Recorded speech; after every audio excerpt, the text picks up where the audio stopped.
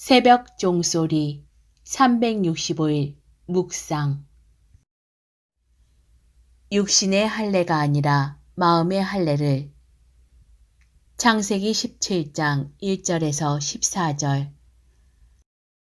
아브라함이 99세 때 여호와께서 아브라함에게 나타나서 그에게 이르시되 나는 전능한 하나님이라 너는 내 앞에서 행하여 완전하라. 1절. 하나님은 아브라함이 99세 되었을 때 나는 전능한 하나님이라 너는 내 앞에서 행하여 완전하라. 내가 내 언약을 나와 너 사이에 두어 너를 크게 번성하게 하리라 고 약속하셨습니다. 하나님이 번성하게 하시겠다고 말씀하신 것은 아브라함이 선한 일을 하거나 옳은 일을 했기 때문이 아니라 전적으로 하나님의 은혜로 주신 말씀입니다. 심지어 아브라함이 하갈을 통해서 이스마엘을 낳고서 하나님의 뜻을 어겼지만 하나님은 그것과 상관없이 아브라함에게 복을 주시고 언약을 맺어 주셨습니다. 하나님은 아브라함에게 한 가지 명령을 하셨습니다. 그것은 바로 할례입니다. 할례는 하나님께서 아브라함과 그 자손이 하나님의 자녀인 것을 나타내는 언약의 표징이었습니다. 하나님은 아브라함 시대에는 할례를 통해서 하나님과 아브라함의 언약의 표징을 삼으셨습니다. 그리고 할례를 행하지 않는 사람을 하나님께서는 하나님이 자녀가 될 마음이 없는 것으로 인정하겠다고 말씀하십니다.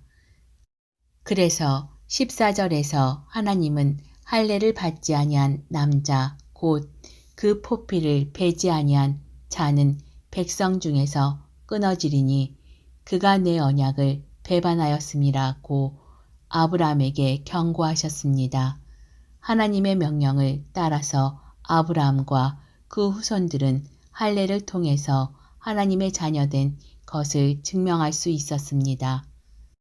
그런데 생각해 보십시오. 하나님이 할례를 명령하셨지만 하나님을 창조주 하나님으로 인정하고 믿지 않은 사람이 할례를 받았다면 그것이 하나님이 원하시는 일이었겠습니까? 할례를 받았다면 하나님을 유일한 창조주 하나님으로 인정하고 살아가겠다는 마음을 표시하는 것입니다. 그런데 할례를 받았지만 그 마음으로는 하나님을 경외하고 믿음으로 살아가지 않는 사람이 생기면서 하나님은 할례를 더 이상 하나님의 자녀된 표시로 삼지 않으시게 되었습니다. 그래서 하나님은 예수 그리스도의 십자가의 보혈을 믿는 것을 하나님의 자녀된 표징으로 삼으셨습니다. 오늘날 우리가 더 이상 할례를 받지 않고도 하나님의 자녀가 되고 구원받을 수 있는 이유입니다. 더 이상 하나님은 우리의 행위나 몸의 표식이 아니라 우리의 믿음을 요구하십니다. 그리스도인은 이제 더 이상 육신의 할례가 아니라 마음의 할례를 받아야 합니다. 오직 믿음으로 하나님 앞에 나가야 합니다.